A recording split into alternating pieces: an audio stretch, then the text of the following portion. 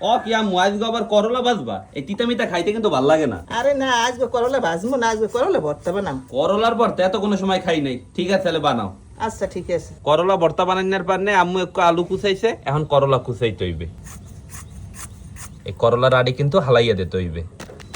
করলা কোড়া হয়ে গেছে, এখন আলু আর করলা ধুইতে হইবে।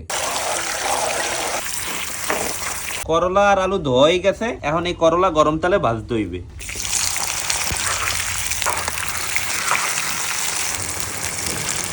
করলা ভাজা হয়ে গেছে, এখন কুচান্না আলু ভাজতে হইবে।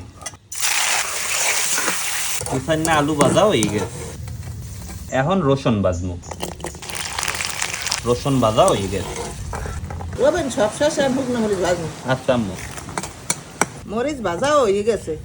সবকিছু ভাজা হয়ে গেছে, এখন নুন দিয়া ভাজা মরিচ ডলতে হইবে।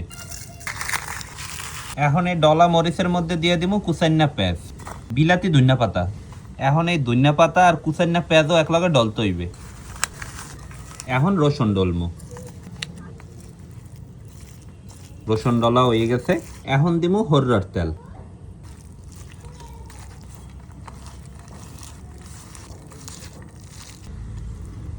জীবনে প্রথমবারের মতো আজকে করলা ভর্তা খামু, ইনশাল্লাহ খাইতে অনেক মজাই লাগবে। আব্বু কে করলা ভর্তা কি বেশি দিমু তোমারে? দে মোটামুটি। তিতার পান্নে করলা আমার তেমন একটা পছন্দের না, তো দে আজকে ভর্তাটা কেমন হয়েছে। আব্বু কে লও শুরু করি। শুরু কর। বিসমিল্লাহ। তেমন একটা তিতা না আব্বু, না তেমন একটা বলতে তিতা নাই বললেই চলে, হালকা কিঞ্চিত। কেমন লাগবে আব্বু? খারাপ না, ভালোই লাগে। রসুনের একটা গ্রান আইতে আছে, দারুণ লাগবে আছে।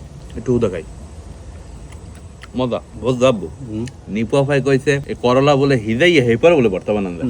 তো আজকে ওই করলা ভর্তার যদি আমি রেটিং দেই, আমি দেবো 10-এর মধ্যে 9। আব্বু কত দেবা? আমি আষ্ট দেব। যাক আলহামদুলিল্লাহ। তো আপনারা কারা কারা এরমের করলা ভর্তা খাইছেন জানাইতে কিন্তু বললেন না, আর টেস্ট কেমন লাগবে হ্যাও কলম জানাইয়েন।